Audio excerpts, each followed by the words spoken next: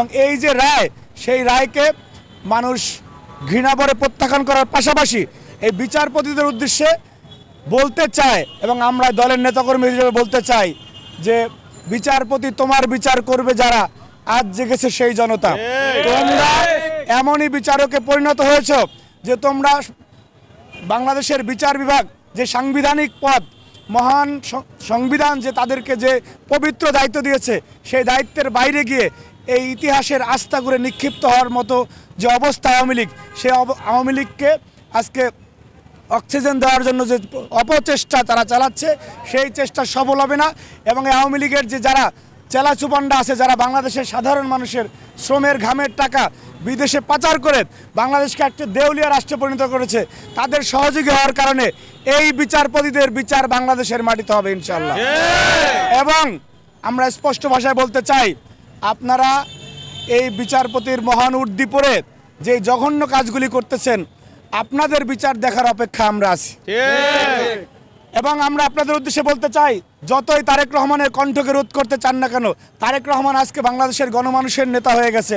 যতই তারেক রহমানের কণ্ঠ রোধ করতে চান না কেন, তারেক রহমানকে সাধারণ মানুষের কাছ থেকে যতই বিচ্ছিন্ন করতে চাবেন, সাধারণ মানুষ তাদের নেতাকে ততই সংযুক্ত করে নেবে ইনশাআল্লাহ।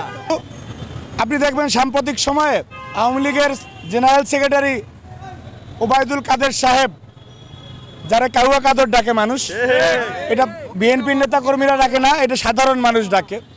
তো ওনার প্রতি কতটা ঘৃণা তুচ্ছতাচ্ছিল্য থাকলে মানুষ এই ধরনের শব্দ চয়ন করে। তিনি বলেছেন যে বিএনপি ক্ষমতায় আসলে এক রাতেই আওয়ামী লীগ নিশ্চিহ্ন হয়ে যাবে।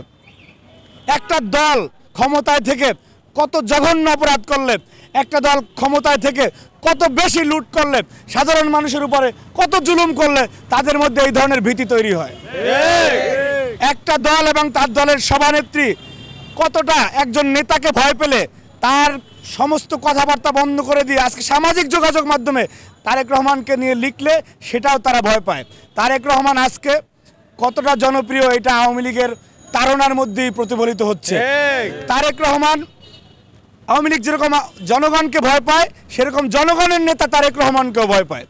আওয়ামী লীগ বাংলাদেশের কোথাও সাধারণ মানুষের কোনো সমাবেশ থাকলে, এমনকি পেশাজীবীদের, শিক্ষকদের, ছাত্রদের কোনো একটা সামাজিক আন্দোলনও আওয়ামী লীগ ভয় পায় যে এরা আবার জড়ো হয়ে কিনা আবার পতন ঘটিয়ে দেয়।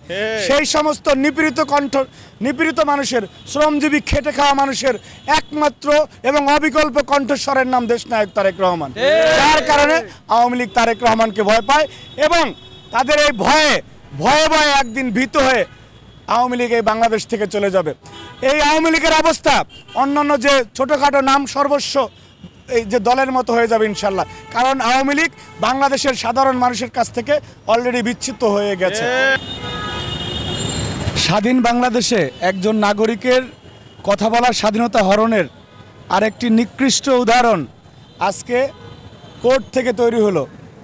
বাংলাদেশের সাধারণ মানুষের প্রত্যাশার যে জায়গা, যে আদালত থেকে তারা ন্যায় বিচার পাবে, কিন্তু আজকে এই যে কিছুদিন আগে একজন বিচারপতি বলেছেন যে তারা শপথবদ্ধ রাজনীতিবিদ, যেটা এই বিচারপতি হওয়ার যে মহান পেশা, সেই পেশার সাথে সাংঘর্ষিক এবং এই পেশাকে অবমাননা করার মতো একটি বক্তব্য উনি দিয়েছেন। এবং ওনারা আজকে দেশনায়ক তারেক রহমানের কথাবার্তায় যে নিষেধাজ্ঞা দিয়েছেন, যে সামাজিক যোগাযোগ মাধ্যম থেকে তার বক্তব্য সরিয়ে নেওয়ার কথা বলেছেন, সেটার মাধ্যমে প্রমাণিত হলো যে ওনারা মহামান্য হাইকোর্টের বিচারপতি হওয়ার কোনো ধরনের যোগ্যতাই রাখেন না।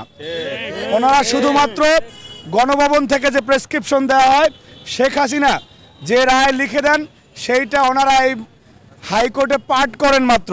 বাংলাদেশের মানুষ ঘৃণা ভরে এই সমস্ত বিচারপতিদের লেখনীকে প্রত্যাখ্যান করেছে। আজকে দেশনায়ক তারেক রহমান বাংলাদেশের গণমানুষের নেতা। দেশনায়ক তারেক রহমানকে নিয়ে বাংলাদেশের মানুষ ভাবে যে বাংলাদেশের যে শ্বাসরুদ্ধকর পরিস্থিতি তৈরি হয়েছে এবং এই ফ্যাসিস্ট সরকার গণমানুষের যে কথা বলার অধিকারকে কেড়ে নিয়েছে, সেখানে দেশনায়ক তারেক রহমানই একমাত্র নেতা যিনি সাধারণ মানুষের কথা বলার অধিকার, ভোট দেওয়ার অধিকার এবং তাদের স্বাভাবিক জীবনযাপনের অধিকার ফিরিয়ে দিতে পারবেন। যার কারণে বাংলাদেশের মানুষ তারেক রহমানের সাথে রয়েছে।